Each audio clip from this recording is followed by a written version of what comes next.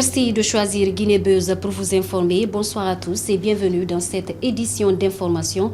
Mais tout d'abord, le sommaire. Le coup d'envoi du recensement biométrique des Guinéens âgés de 10 ans et plus continue son petit bonhomme de chemin, malgré quelques difficultés rencontrées ça et là.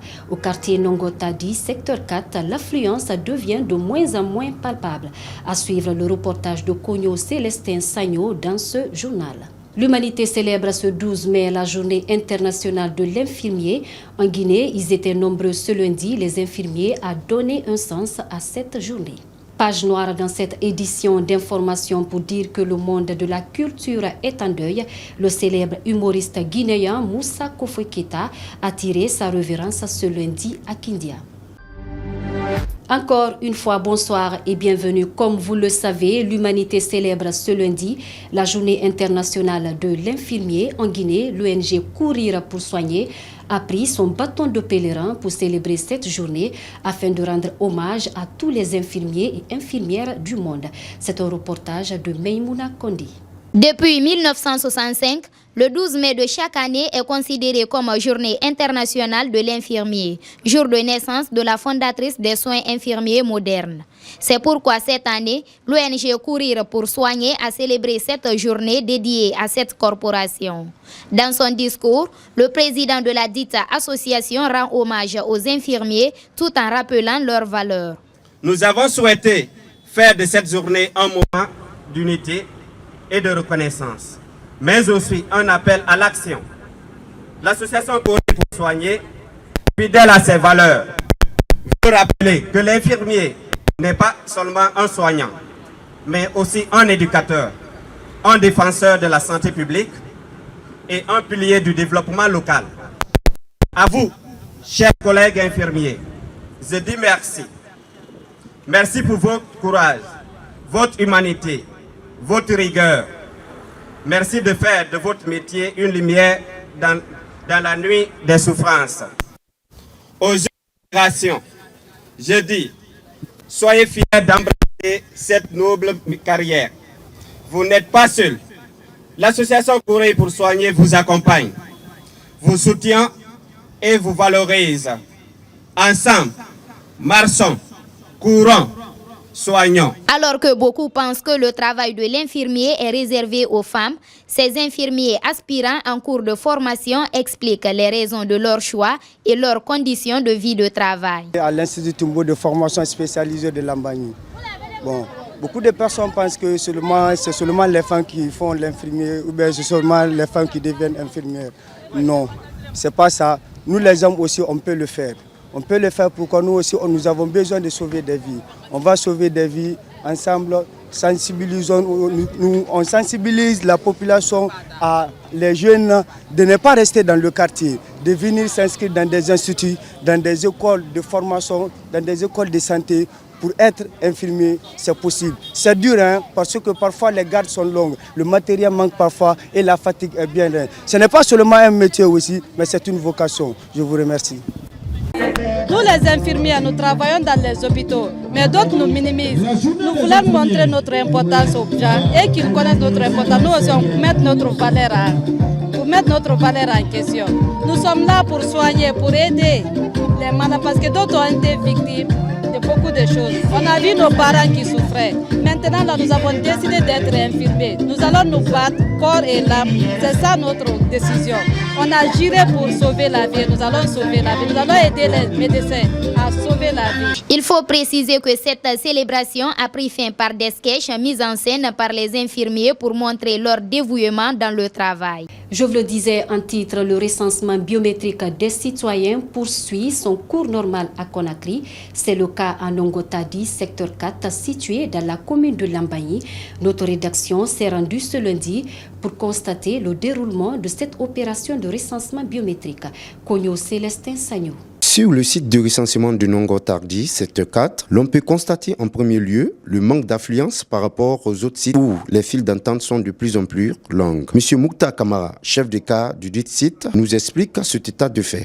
Moi, c'est Boubacar Kamara, chef de cas du quartier Nongotadi. Ici, à Nongotadi, ici, précisément dans le secteur là, il Ici, c'est le secteur 4, Tadi Mosquée. Donc, presque on a recensé pas mal de population ici. Donc,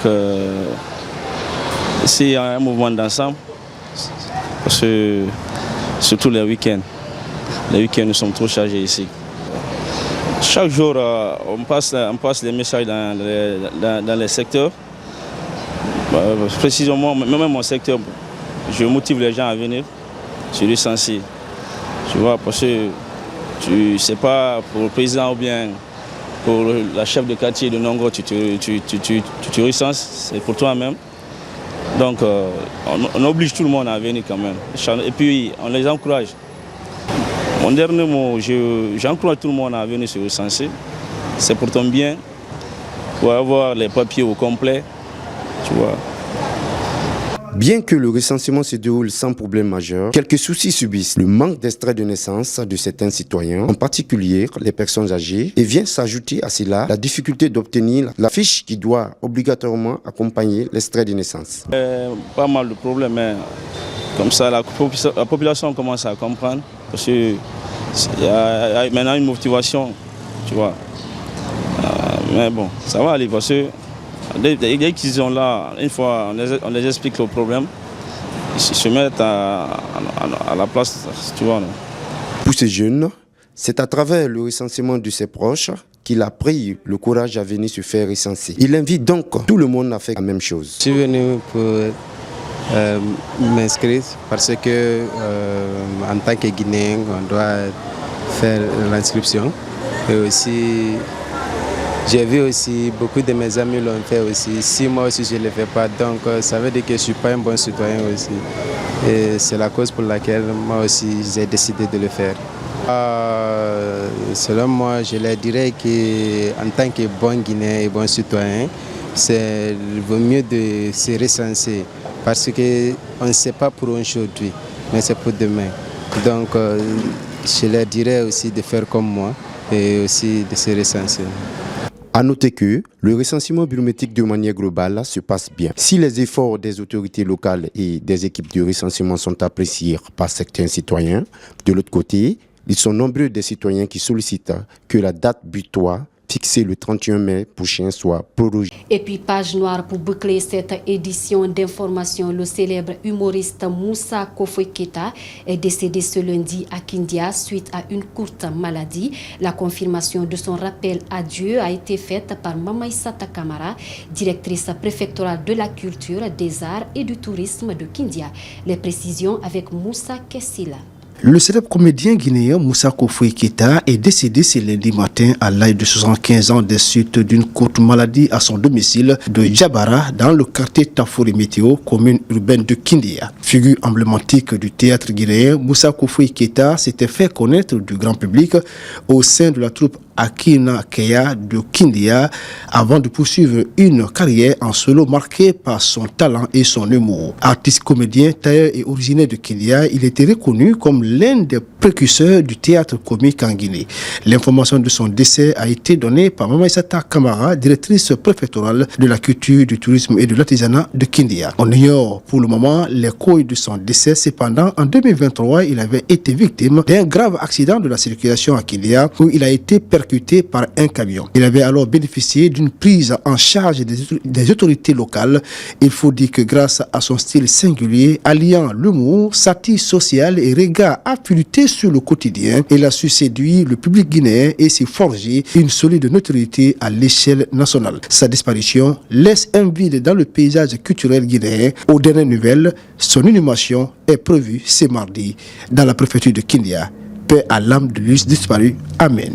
Que son âme repose en paix. Amen. C'est tout pour cette édition d'information. À tous, merci de l'avoir suivi et les infos continuent, bien sûr, sur Guinée Buzz. Au revoir.